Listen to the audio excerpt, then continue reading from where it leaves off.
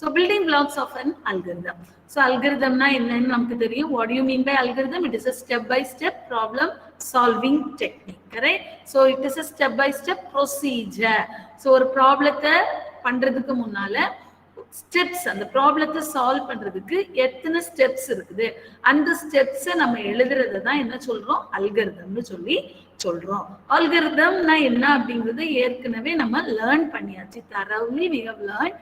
So many examples also we have written.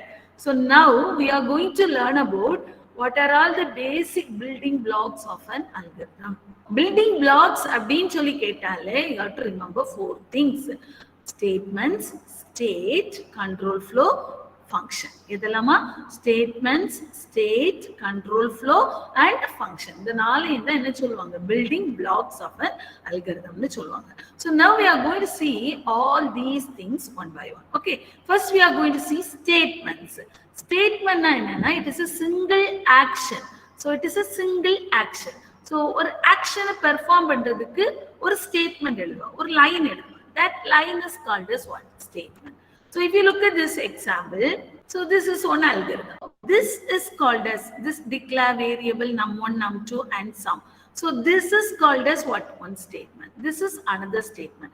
The step 4 is another statement. So these are called as what? Statements. Okay va? So a statement na enna, single action. ஒரு ஆக்ஷனை perform பண்றதுக்கு எழுதக்கூடிய அந்த statement தான் என்ன சொல்றோம், ஸ்டேட்மெண்ட்னு சொல்றோம். So இப்போ இந்த in a computer statements might include some of the following action. அப்ப என்னென்ன மாதிரியான ஆக்ஷன்ஸ் எல்லாம் இந்த கம்ப்யூட்டர் ஸ்டேட்மெண்ட்ஸ்ல இருக்கும் அப்படின்னா, ஸோ இன்புட் டேட்டா இருக்கும், ப்ராசஸ் டேட்டா இருக்கும், அவுட்புட் டேட்டா இருக்கும். என்னெல்லாம் இருக்குமா, இன்புட் டேட்டா இருக்கும், ப்ராசஸ் டேட்டா இருக்கும், அவுட்புட் டேட்டா. இப்போ இன்புட் டேட்டானா என்ன, so if you are going to perform addition operation, அடிஷன்ங்கிற ஆப்ரேஷனை பெர்ஃபார்ம் பண்ண போறேன்னா என்ன பண்ணணும், 2 நம்பர் தேவை, அப்படிதானமா. So you have to get 2 values from the user. யூசர்ட்ட இருந்து 2 நம்பரை கெட் பண்ணி அந்த 2 நம்பரையும் தான் நீ என்ன செய்ய போற, ஆட் பண்ண போற. So you are going to add 2 numbers, a plus b. Okay, so a, so நமக்கு அடிஷனாலே தெரியும், 2 நம்பரை ஆட் பண்ண போறோம்னா a plus b ஆட் பண்ணி cங்கிற வேரியபிள்ல ஸ்டோர் பண்ண போறோம். ஸோ இந்த வேல்யூவை ஹோல்ட் பண்ணக்கூடியது தான் என்ன சொல்லுவாங்க, வேரியபிள்னு சொல்லுவாங்க.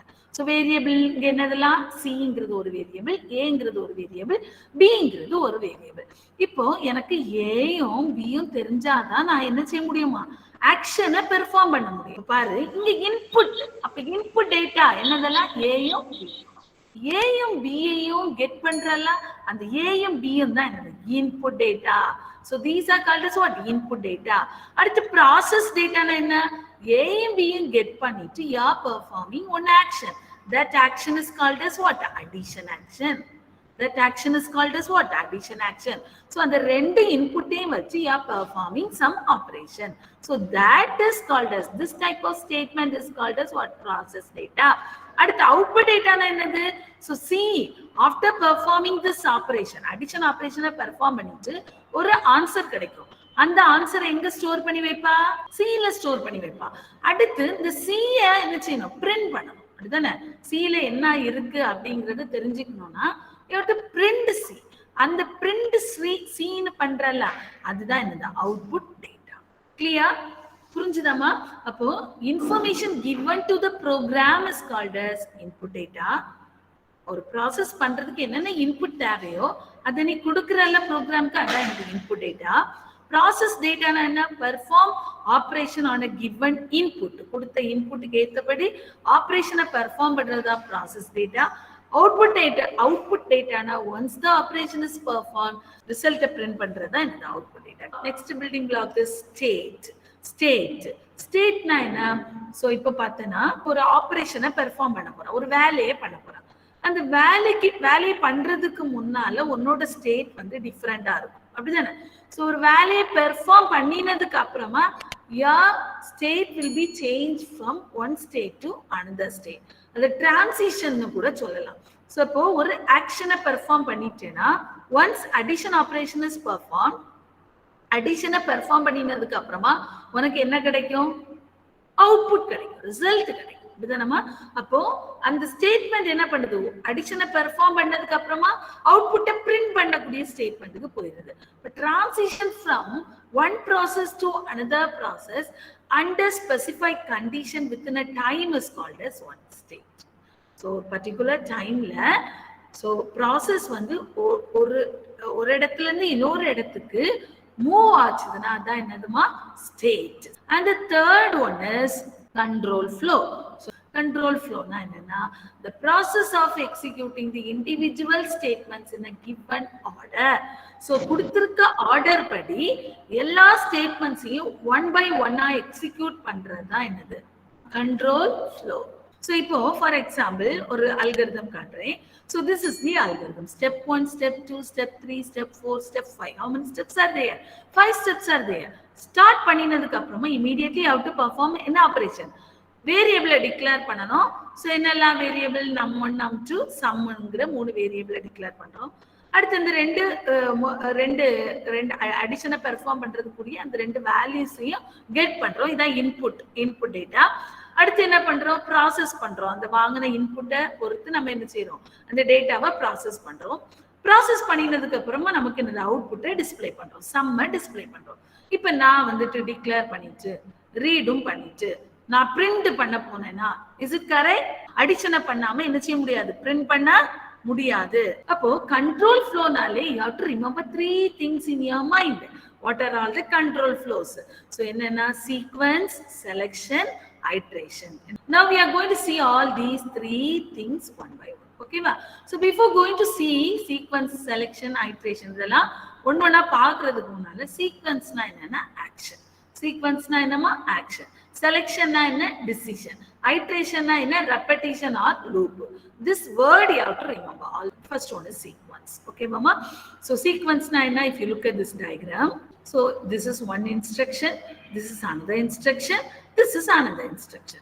All the instructions will be executed one after another. That is called as what? Sequence. Clear? So எல்லா இன்ஸ்ட்ரக்ஷனையும் ஒன்னுக்கு அப்புறமா ஒன்னு எக்ஸிக்யூட் பண்றது தான் என்னது, sequence. Sequence is one of the basic logic structure in computer programming. Computer programming la sequence ங்கிறது ஒரு main basic logic structure. இந்த sequence structure la action or event, இந்த இன்ஸ்ட்ரக்ஷன்ல நம்ம என்ன எழுதியிருப்போம்னா ஆக்ஷன் எழுதியிருப்போம் அல்லது ஈவெண்ட் எழுதியிருப்போம். ஸோ அப்போ once the action is performed என்ன பண்ணணும், அடுத்த ஆக்ஷனை பெர்ஃபார்ம் பண்ணணும். இந்த ஆக்ஷன் முடிஞ்சதுக்கு அப்புறமா இந்த ஆக்ஷன், அடுத்து இந்த ஆக்ஷன் முடிஞ்சதுக்கு அப்புறமா அடுத்த ஆக்ஷன் வந்து எக்ஸிக்யூட் ஆகும். இப்ப வந்து the sequence can contain any number of actions. இதெல்லாம் ஆக்ஷன் கூட சொல்லலாம். எத்தனை நம்பர் ஆஃப் ஆக்ஷன்ஸும் பிரசன்ட் ஆயிருக்கும். ஆனா இந்த சீக்வன்ஸ்னா என்னால இந்த ஸ்டெப்பை ஸ்கிப் பண்ணிட்டு இந்த ஸ்டெப்பை எக்ஸிக்யூட் பண்ண முடியாது. இதை நான் எக்ஸிக்யூட் பண்ணிட்டு இதை தான் எக்ஸிக்யூட் பண்ணுவேன்னு சொல்ல முடியாது. புரிஞ்சுதா? So all the instructions, all the actions will be executed one after another. We are going to see the example. Sequence na sequence control flow la எப்படி algorithm இருக்கும், அதனோட flow எப்படி இருக்கும் அப்படின்னு சொல்லி பார்க்க போறோம். So இப்போ நம்ம ஆல்ரெடி பார்த்த algorithm தான் என்னன்னா, write an algorithm to add 2 numbers entered by user. யூசர்ட்ட இருந்து 2 நம்பரை வாங்குறோம். அந்த நம்பரை என்ன செய்யணும், ஆட் பண்ணணும். ஆட் பண்ணி ரிசல்ட்டை பிரிண்ட் பண்ணணும். இதுதான் நம்மளோட ப்ராப்ளம் ஸ்டேட்மெண்ட். ப்ராப்ளம் ஸ்டேட்மெண்ட்னா என்னமா, கொடுத்திருக்க கொஸ்டின் தான் ப்ராப்ளம் ஸ்டேட்மெண்ட். இப்போ 2 நம்பரை ஆட் பண்ணணும். I am going to take num1 num2 sum. Okay mama? So see here, so any variable you can take. You can take A or B, so C. So this is also possible. So any variable you can take, but according to this algorithm, 3 variables. One is sum, result store பண்றதுக்கு sumங்கிற variable, input get பண்றதுக்கு num1 and num2. algorithm எழுதும்போது உனக்கு first statement must be start, last statement என்னவா இருக்கணுமா, stop. Start பண்ணினதுக்கு அப்புறமா என்ன பண்ணணும், நமக்கு 3 வேரியபிள் இந்த ப்ராப்ளத்தை பண்றதுக்கு, இந்த ப்ராப்ளத்தை பண்ணி முடிக்கிறதுக்கு how many variables are required? 3. So what are all the variables? என்னென்ன variables? Sum, num1 and num2. அப்ப என்ன பண்றோம், அதை டிக்ளேர் பண்ணணும். டிக்ளேர் மீன்ஸ் சொல்றோம். So these 3 variables I am going to use in my algorithm. அதுதான் எனது declare. declare என்ன பண்றோம்? sum num1 and num2 கொடுத்துட்டோமா? அடுத்து next, what is the next statement?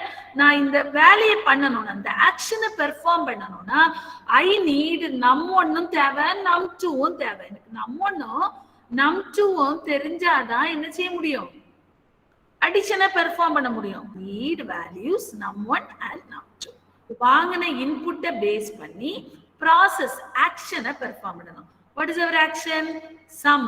எப்பவுமே அசைன் பண்றது இப்படி அல்காரிதம் எழுதும் போது இப்படி போடணும், ரிவர்ஸ்ல போடணும், ஈக்குவல் டு போடக்கூடாது, இந்த சிம்பிள் போடணும். ஓகேவா? சம் சேஞ்ச் டு என்னது? Sum num1 plus num2. num1 num2 add பண்ணி எங்க வைக்கிறோமா? சம்ல வைக்கிறோம். அடுத்து நம்ம இன்புட் டேட்டா பார்த்துட்டோம், இதான் ப்ராசஸ் டேட்டா. அவுட்புட் டேட்டானா என்னது? அவுட்புட் டேட்டானா என்னது? அவுட்புட்டை பிரிண்ட் பண்றோம். இப்ப ஆன்சர் வந்து எங்க இருக்குது? சம்ல இருக்குது. அது என்ன ஆன்சர் அப்படிங்கிறது என்ன செய்யணும்? you have to display that one. that is called as what? output data. output data என்ன பண்றோம்? display sum.